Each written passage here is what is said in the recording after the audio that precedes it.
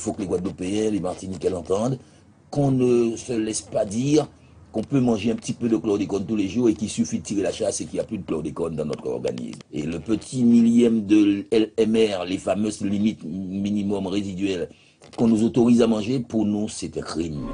L'influence des béquets entre Paris et Fort-de-France peut aller beaucoup plus loin, au point de provoquer un scandale en 2007 à cause d'un pesticide, le chlordécone. Toute la Martinique est durablement polluée. L'État, en pleine connaissance de cause, va empoisonner deux populations, les Martiniquais et les Guadeloupéens. Pourquoi l'État a-t-il accordé des dérogations aux planteurs béquets? Le dernier ministre de l'Agriculture qui a reconduit l'utilisation du chlordécone, c'est Jean-Pierre Soisson. Qui vous a demandé cette dérogation? À l'époque, vous revenez à quoi, la dérogation de... Chlordécone.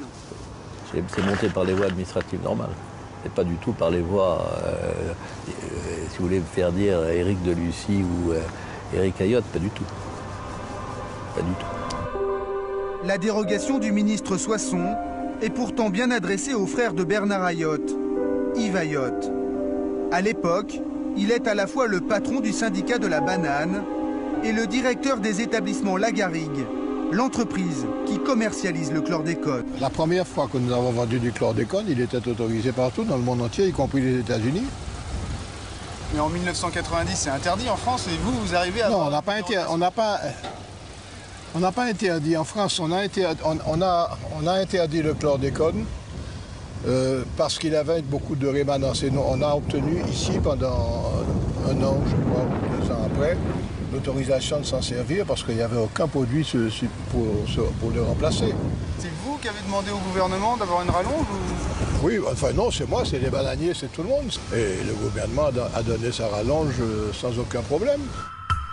L'État a-t-il sacrifié le principe de précaution au profit des intérêts des planteurs béquets?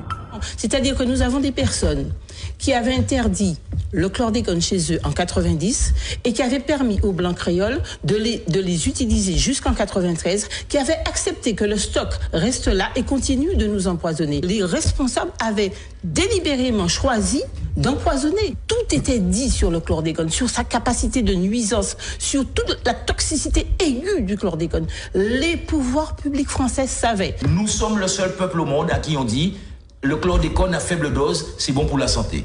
À cette époque-là, on a dit aux bananiers, allez, faites vite, vendez vite ce que vous avez, et parce qu'on va vers l'interdiction. C'est comme si vous avez du poison dans votre réfrigérateur et que vous dites aux enfants, allez, consommez vite parce que maman va rentrer tout à l'heure, quoi. Résultat de ce lobbying intense, des dérogations successives jusqu'en 1993, sous le prétexte qu'il fallait bien écouler les stocks.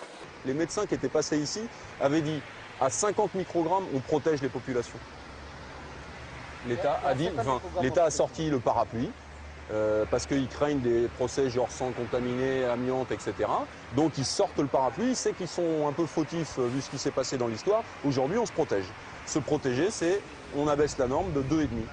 En résumé, contamination des sols et des légumes, contamination de l'eau des rivières, contamination des produits de la mer, avec au bout du compte des répercussions sur la santé.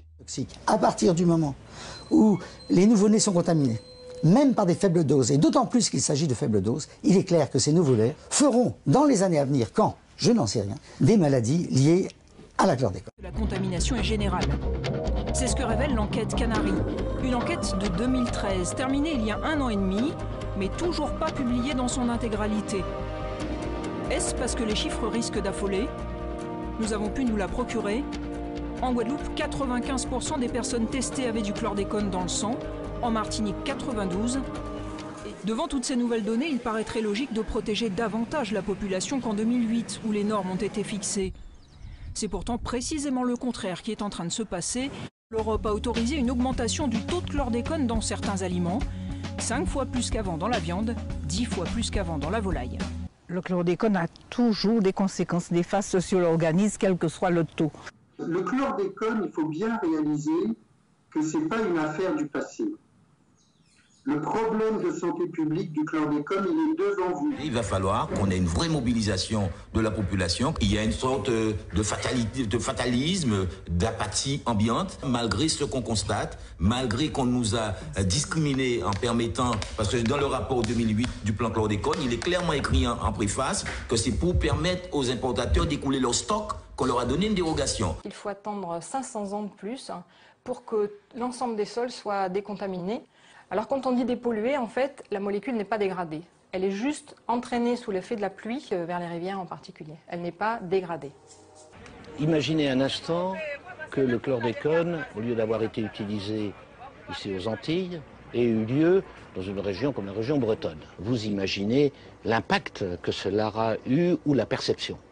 Alors peut-être parce que les Antilles sont loin, l'outre-mer est loin, on a du mal à percevoir l'étendue de ce problème. J'en appelle à cette population antillaise pour qu'elle se mobilise. Mais aujourd'hui, chaque Antillais porte en lui une parcelle de la pollution dans son sang et dans son âme.